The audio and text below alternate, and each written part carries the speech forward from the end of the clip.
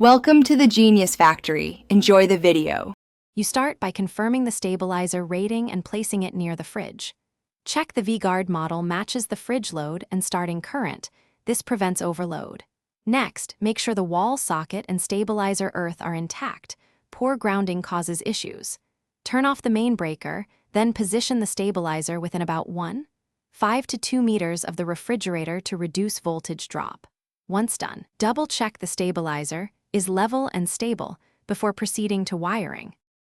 You now make the electrical connections carefully. With the main breaker off, attach mains live, neutral, and earth to the stabilizer input terminals following polarity labels. Proper grounding matters for safety and performance.